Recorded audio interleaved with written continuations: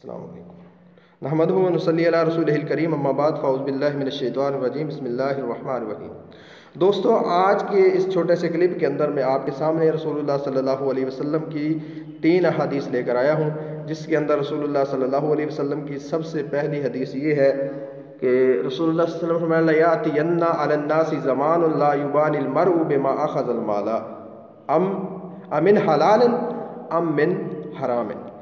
رسول اللہ صلی اللہ علیہ وسلم نے فرمایا کہ ایک زمانہ ایسا آئے گا میری امت پر کہ لوگ مال کماتے وقت یہ نہیں دیکھیں گے کہ یہ مال حلال طریقے سے آ رہا ہے یا حرام طریقے سے آ رہا ہے۔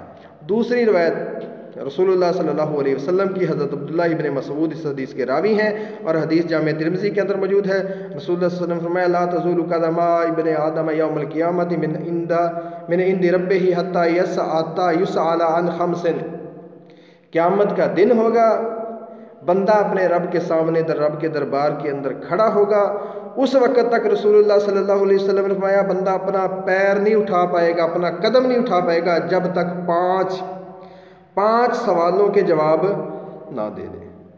ان میں سے سب سے پہلا سوال ان عمرہ فیما افناہ، پہلا سوال اللہ یہ کریں گے بندے بتا میں نے تجھے عمر دی تھی، کس کام کے اندر اپنی عمر کو گزار کے آیا۔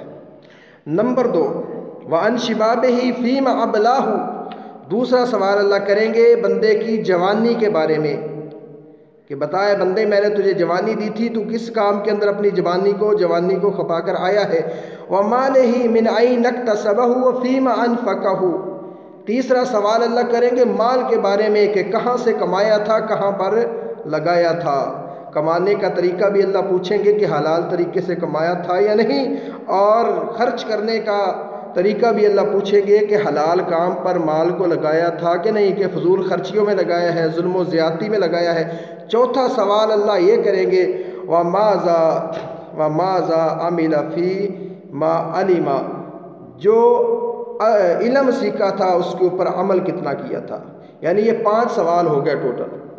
پہلا سوال عمر کے بارے میں، دوسرا سوال جو ہے جوانی کے بارے میں، تیسرا سوال پوچھا جائے گا مال کمایا کہاں سے تھا، چوتھا سوال پوچھا جائے گا مال لگایا کہاں پر تھا، 5واں سوال پوچھا جائے گا کہ علم سیکھ کر اس کے اوپر عمل کتنا کیا تھا۔ تو مجھے امید ہے کہ آج کا یہ کلپ آپ کو پسند آیا ہوگا۔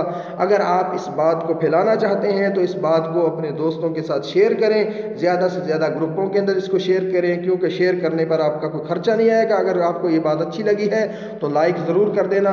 اب ما توفیقی الا باللہ۔